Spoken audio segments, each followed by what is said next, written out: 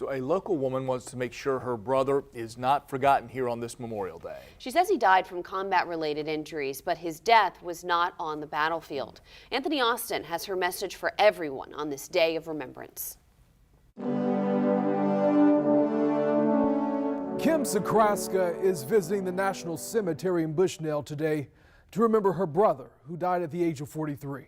He died by suicide. She says he survived the physical injuries on the battlefield, but he could not overcome the injuries from within.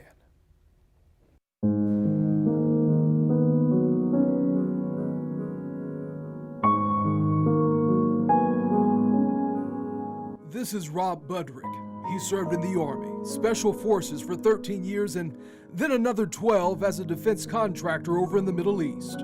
Our family is a military family. Kim Sakraska is his sister who loved him dearly. In December of 2018, right before Christmas, he ended his life. He was having night terrors, having severe anxiety. He was diagnosed with PTSD, TBI. Kim believes her brother was embarrassed of his condition. He kept saying over and over again, "No one understands. You don't understand. You don't understand." And he couldn't even explain what he was feeling because I don't even think he ever even understood it. She says while her brother may not have died on the battlefield, he lost his life in combat to injuries no one could see on the outside.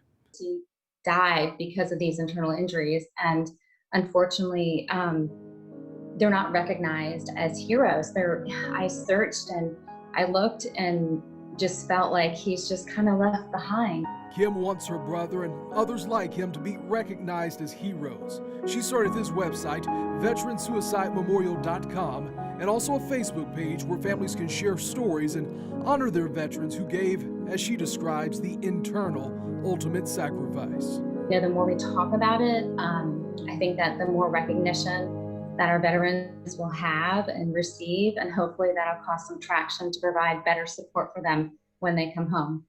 And Kim, thank you for emailing us and sharing your story. Remember, if you have a story of service to share, just email us at storiesofservice@firstcoastnews.com.